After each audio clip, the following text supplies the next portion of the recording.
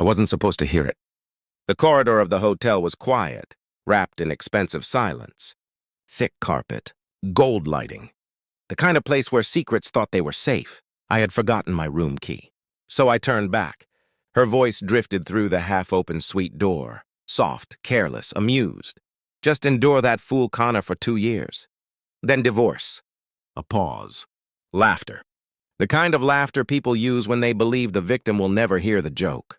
He's rich, predictable, and completely in love with me. Another voice answered. A friend, maybe?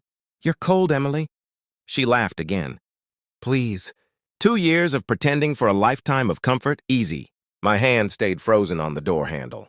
I didn't breathe. Inside, glasses clinked. Just smile at the wedding, Emily continued. After that, the clock starts ticking. 2 years. That was the expiration date of my future. My wedding was in 3 weeks. 500 guests. Families already flying in. The city believed it would be a fairy tale. I stood in that quiet hallway for a long time. Long enough for the truth to settle like frost inside my chest. Then I did the only logical thing. I walked away, silently, carefully, and began planning her ending. People think betrayal feels explosive. It doesn't. It feels quiet, like watching your own life from across the room. The next morning, Emily woke beside me in the hotel bed. Her hair spread across the pillow. Soft smile. Morning, she whispered. I kissed her forehead. Because that's what a fool in love would do. Inside, something colder was already forming. At breakfast, she talked about wedding flowers, white orchids, luxury venue upgrades, guest seating arrangements. Her voice was light, happy, professional almost, like a woman managing a project, not a relationship. Connor, she said gently, touching my hand. You're quiet today. I smiled. Just thinking about the future. She squeezed my fingers. The irony was almost elegant. The future she imagined and the future I was preparing were very different things. 2 years. She had assigned our marriage an expiration date. But she had made one mistake. She thought I was predictable. She thought I was harmless. She thought I was blind. That assumption became the most expensive error of... I didn't confront her. Confrontation is emotional. Emotion cloud strategy. Instead, I began collecting information. Quietly, carefully. First, finances. Emily had recently opened 3 new accounts. Hidden ones. Cleverly layered through shell companies. Someone had advised her. Second, communication. Phone records revealed a familiar number appearing late at night. A man named Daniel, investment consultant. Frequent calls. Private dinners. Interesting. Then came the deeper discovery. Daniel wasn't just an advisor. He was her real partner, in every sense.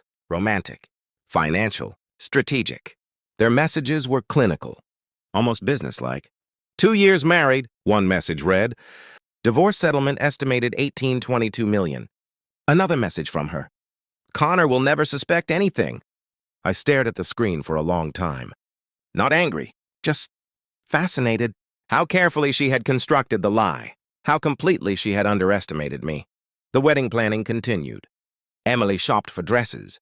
Invitations were mailed. 500 guests confirmed attendance. Every night she kissed me. Every morning she asked about honeymoon plans. And every day I added another piece to the puzzle. Then I made one phone call. Not to a lawyer. Not to a private investigator. But to someone far more patient. The FBI Financial Crimes Division. Daniel's shell companies weren't just unethical. They were illegal. Money laundering. Fraud. Wire transfers through offshore accounts. Emily wasn't just planning a divorce. She was part of a criminal conspiracy. And now, she was documented inside it. 2 days before the wedding, I showed Emily something. Just one page. A printed bank transfer. Her signature. 20 million routed through Daniel's offshore structure. Her face changed. Barely. But I saw it. Connor, she said carefully, where did you get this? I watched her the way a scientist watches a specimen. I've been curious lately. Silence filled the room. She recovered quickly. Impressive, honestly. It's an investment structure, she said calmly. Daniel recommended it. I nodded. Of course he did. She stepped closer. You trust me, don't you? I smiled. Completely. Her shoulders relaxed. She thought she had survived the moment. But the truth had already been verified, and the final move was already... The ballroom glittered. 500 guests, Crystal chandeliers, orchestra playing softly. Emily walked down the aisle in white silk. Perfect, radiant, a masterpiece of deception. She reached the altar. Our eyes met. "Connor," she whispered, smiling. The officiant began speaking. Love. Commitment. Forever. Then the ballroom doors opened. 6 federal agents entered. Badges visible. The music stopped. Confused whispers spread through the guests. The lead agent walked directly toward us. "Emily Carter?" Her smile froze. "Yes. You are under arrest for conspiracy to commit financial fraud, money laundering, and wire fraud." Gasps filled the hall. Her face turned pale. She looked at me. Confused. Desperate. How? Handcuffs clicked around her wrists. Her wedding dress rustled softly. 500 witnesses watched the illusion collapse. She turned to me again. "Connor, please." I leaned close, just enough for her to hear. "You should have endured quietly," I whispered.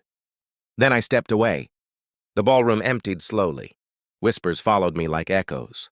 Some people thought it was tragic. Others thought it was shocking. Only I understood the precision. Weeks later, my phone rang. 71 missed calls from another family member who once mocked me. "Connor, if you want to join Thanksgiving..." My daughter-in-law had once shouted over the phone, "Come wash the dishes!" I had simply replied, "Enjoy." Then I posted photos online. My new villa, high in the mountains, Switzerland, glass walls, snow outside, silence inside. My phone rang 71 times that night. I never answered. Because betrayal teaches you something valuable, not how to hate, but how to detach. And once you master that skill, no one can ever use you again.